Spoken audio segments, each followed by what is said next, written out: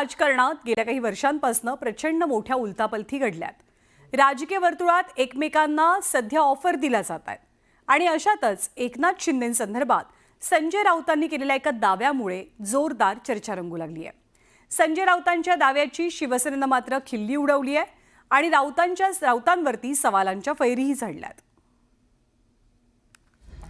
शिंदे काँग्रेसमध्ये जाणार होते।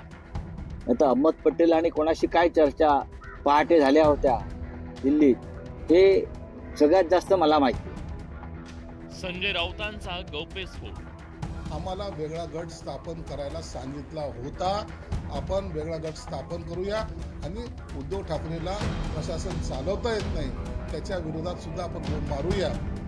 काँग्रेसवरून दोन्ही सेनेत वाद। कालची होळीची भांग संजय राऊत यांची उतरली नाही असं मी म्हणणार नाही, कारण रोजच नशा करूनच ते वक्तव्य करत असतात।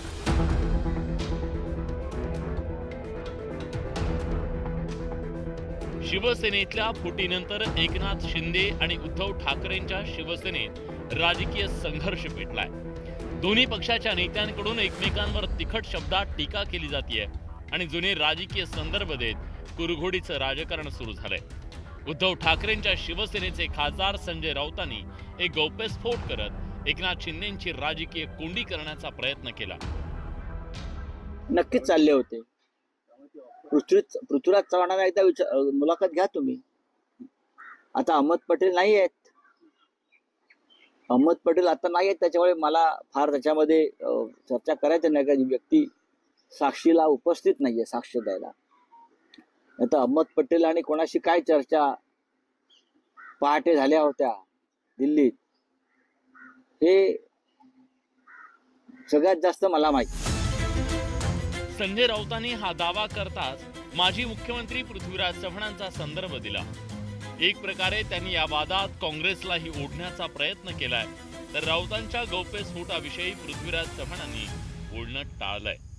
तर इकडे त्याच वेळी राऊतांच्या विधानाची शिंदेंच्या शिवसेनेनं खिल्ली उडवली आहे।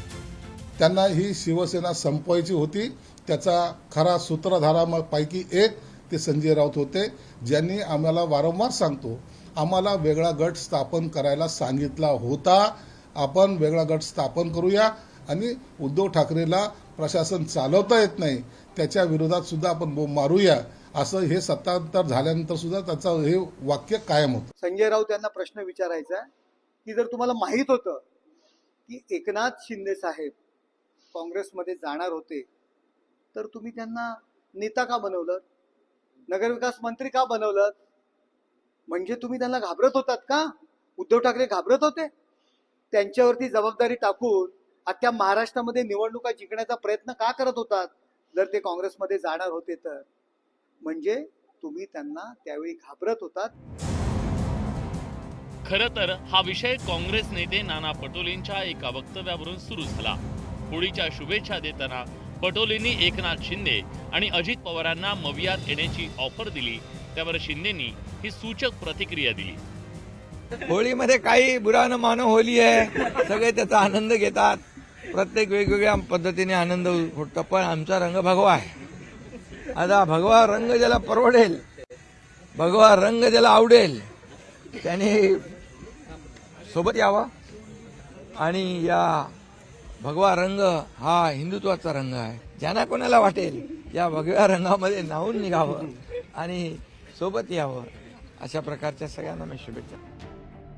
गेल्या काही वर्षात राज्याच्या राजकारणात मोठे उलटफेर झाले।